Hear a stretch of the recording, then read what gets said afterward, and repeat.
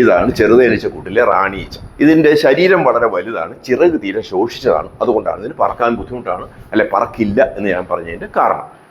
എങ്ങനെയാണ് ഒരു കൂട്ടിൽ ഒറ്റയ്ക്ക് ഒരു റാണി ഉണ്ടാവുക? അതിൻ്റെ രസം, ജനിതകമായി വേലക്കാരി ഈച്ചയും റാണി ഈച്ചയും തമ്മിൽ ഒരു വ്യത്യാസമില്ല. ജനിതകമായി വേലക്കാരി ഈച്ചയും റാണി ഈച്ചയും തമ്മിൽ ഒരു വ്യത്യാസമില്ല എന്ന് പറഞ്ഞാൽ എന്താ അർത്ഥം? കുറച്ചുകൂടി സിമ്പിളായിട്ട് പറഞ്ഞാൽ, വേലക്കാരി ആവേണ്ട ഒരു മുട്ടയിൽ നിന്ന് തന്നെയാണ് റാണി ഉണ്ടായത്. വേലക്കാരി ആവാൻ വേണ്ടി ഇട്ട് വെച്ചിരിക്കുന്ന ഒരു മുട്ടയിൽ നിന്നാണ് അവരതിനെ റാണിയെ ഉണ്ടാക്കുന്നത്, അത് ഉണ്ടാക്കിയെടുക്കുന്നത്. എങ്ങനെയാ അത്? അതിന് കൂടുതൽ തീറ്റ കൊടുക്കും. 100 കണക്കിന് വേലക്കാരി ഈച്ച വിരിയാനുള്ള മുട്ട ഇതിനകത്തുണ്ടെങ്കിൽ അതിനകത്ത് 1, 2, 3 എണ്ണത്തിന് അവർ തെരഞ്ഞെടുത്തിട്ട് അതിൽ നിന്ന് വിരിയേണ്ട കുഞ്ഞിന് കൂടുതൽ തീറ്റ കൊടുക്കും. ആ കൂടുതൽ തീറ്റ കിട്ടുന്നതുകൊണ്ടാണ് അത് റാണിയാവുന്നത്. അപ്പം അത് കൂടിനകത്തെ വേലക്കാരി ഈച്ചകൾ തീരുമാനിക്കുന്ന ഒരു കാര്യമാണ്.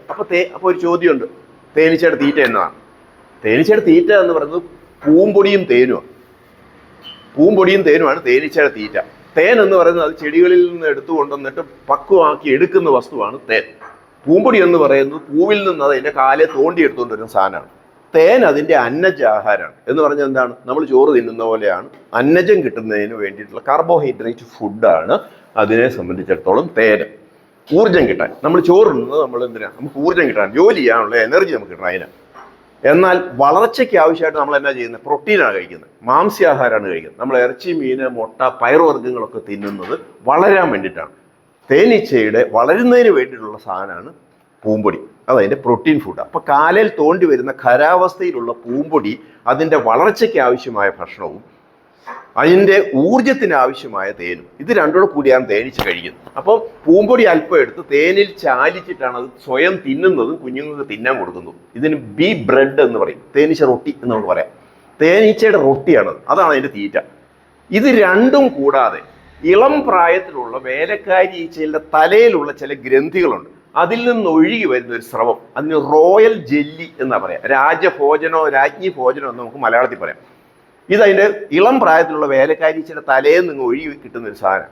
അതും ഈ കുഞ്ഞുങ്ങൾക്ക് തിരിച്ചു കൊടുക്കുന്നുണ്ട്. പക്ഷെ റാണി ആവേണ്ട അവർക്ക് കുറച്ച് കൂടുതൽ കൊടുക്കും, കൂടുതൽ അളവ് കൊടുക്കും. അപ്പോൾ അത് കഴിക്കുന്നത് കൊണ്ടാണ് അത് റാണിയായി പരിണമിക്കുന്നത്. ഇപ്പോൾ വേലക്കാരിയായി ഈച്ച ആവാനിരുന്ന ഒന്നിനെ ആ കുഞ്ഞിനെ കൂടുതൽ തീറ്റ കൊടുത്ത് അവരെ ആരാക്കിയെടുത്തു? റാണിയാക്കിയെടുത്തു. റാണിയാക്കിയത് കൊണ്ട് അതിന് കിട്ടിയ ഗുണം എന്താണ്? വലിപ്പം കൂടി, അതിൻ്റെ സൗന്ദര്യം കൂടി. മറ്റേ പോലെ കറുത്തിട്ടൊന്നും അല്ലായിരിക്കും, നല്ല റെഡ് വൈൻ കളറാണ് അതിനുള്ളത്. സൗന്ദര്യം കൂടി, വലിയ ഉദരം അതിനുണ്ടായി, മുട്ടയിടാനുള്ള കഴിവ് അതിനുണ്ടായി. മുട്ടയിടാനുള്ള കഴിവ് അതിനുണ്ടായത് നല്ല വേലക്കാരിക്ക് മുട്ടയിടാനുള്ള കഴിവില്ല, ഇതിനെ മുട്ടയിടാനുള്ള കഴിവുള്ളൂ. മുട്ടയിടാനുള്ള കഴിവെന്ന് കേട്ടാൽ നമ്മൾ വിചാരിക്കും കോഴി മുട്ടയിടണ പോലെ പല്ലി മുട്ടയിടണ പോലെയാണെന്ന് കരുതിയാൽ തെറ്റി. ഇതൊരു അപാരമായ മുട്ടയിടിയില്ല.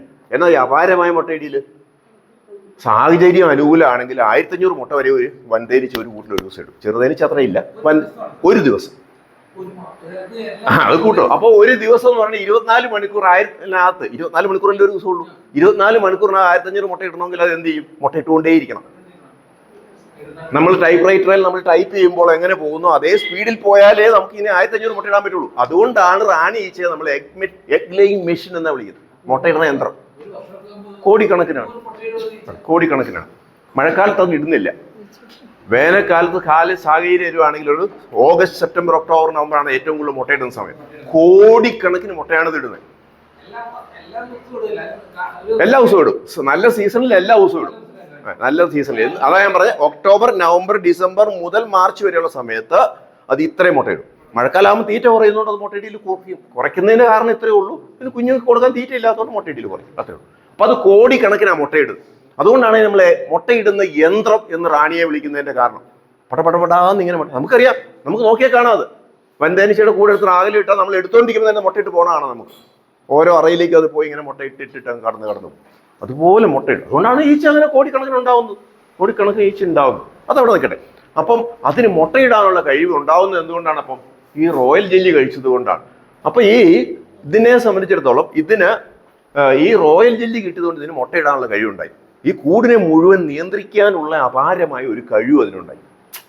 ഈ കൂടിനെ മുഴുവൻ നിയന്ത്രിക്കുന്നത് റാണീച്ച. ആ കഴിവൊക്കെ ഇതിനല്ല. അപ്പം വേലക്കാരി ആവേണ്ട ഒരു ഈച്ചയിൽ നിന്നതായി മാറിയപ്പം ഇതിന് അങ്ങനെയല്ല കഴിവ്. ഇനിയോ ആയുസോ? ഒരു ശരാശരി വേലക്കാരി ഈച്ചയുടെ ആയുസ് എന്ന് പറയുന്നത് 28 ദിവസം മുതൽ പരമാവധി 90 ദിവസം വരേക്കേ ഉള്ളൂ. എന്ന് പറഞ്ഞാൽ 1 മാസം മുതൽ 3 മാസം വരെ അതിന് ആയുസുള്ളൂ. അതിനിടയ്ക്ക് ചത്തുപോകും. റാണിയുടെ ആയുസോ അത് 3 വർഷം മുതൽ ചില ഘട്ടങ്ങളിൽ 5 വർഷം വരെ ആയുസുണ്ട്.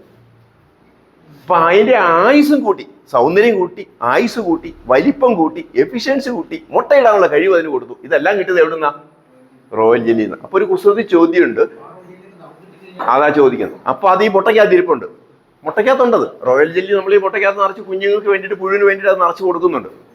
ആ മുട്ട പൊട്ടിച്ച് നമ്മൾ കഴിച്ചാൽ 1500 മുട്ടയിടും. 1500 മുട്ടയിടും എന്നാണ് അല്ല, ആയുസ് കൂടും, ആയുസ് കൂടുന്നതാണ്. നിത്യ യൗവനമെന്നാണ് ഉത്തരം. നമ്മൾ ഈ മമ്മൂട്ടിയൊക്കെ കഴിക്കുന്നുണ്ടെന്ന് പറയുന്ന സാധനമാണ് റോയൽ ജെല്ലി. അപ്പൊ നിങ്ങൾ വിചാരിക്കുന്നത് അങ്ങനെ കിട്ടുന്ന സാധനമാണ്. അതെ, നിങ്ങൾ സൂപ്പർ മാർക്കറ്റിൽ ലുലുവിൽ ചെന്നാൽ നിങ്ങൾക്ക് റോയൽ ജെല്ലി വാങ്ങാൻ കിട്ടും. റോയൽ ജെല്ലി നമുക്ക് വാങ്ങാൻ കിട്ടും. നിർഭാഗ്യമെന്ന് പറയട്ടെ, നമ്മൾ കേരളത്തിൽ ഇത് ആരും എടുക്കുകയോ മാർക്കറ്റ് ചെയ്യുകയോ ചെയ്യുന്നില്ല. ചൈന ഇത് ടൺ കണക്കിന് മാർക്കറ്റ് ചെയ്യുന്നുണ്ട്, ഓസ്ട്രേലിയ ഇത് മാർക്കറ്റ് ചെയ്യുന്നുണ്ട്, വിദേശ രാജ്യങ്ങളൊക്കെ ഇത് എടുക്കുകയും മാർക്കറ്റ് ചെയ്യുന്നുണ്ട്. നമ്മുടെ കേരളത്തിൽ ചിറ്റാരിക്കാൽ പോലെയുള്ള പ്രദേശങ്ങളിൽ ചിലർ ഇത് ആരും എടുക്കുകയൊക്കെ ചെയ്യുന്നുണ്ട്. ചെറിയ എക്സിബിഷനൊക്കെ കണ്ടിട്ടുണ്ട്. പഞ്ചാബ് ലൂധിയാന പ്രദേശത്ത് അവർ ഇങ്ങനെ എക്സിബിഷൻ കൊണ്ടിരുന്ന ചെറിയ സാഷെ പാക്കറ്റാക്കി വിൽക്കുന്നുണ്ട്. ഒന്നുകൂടെ അറിയുക, തേനീച്ചക്കൂട്ടിൽ നിന്ന് ലഭിക്കാവുന്ന വസ്തുക്കളുടെ, തേനീച്ചക്കൂട്ടിൽ നമുക്ക് പല സാധനം കിട്ടും, തേൻ മാത്രമൊന്നുമല്ല, പലതും കിട്ടുന്നുണ്ട്. അതിൽ ഏറ്റവും വില കുറഞ്ഞ വസ്തുവാണ് തേൻ. തേനീച്ചക്കൂട്ടിൽ നിന്ന് നമുക്ക് ലഭിക്കുന്ന വസ്തുക്കളിൽ ഏറ്റവും വില കുറഞ്ഞ വസ്തുവാണ് തേൻ.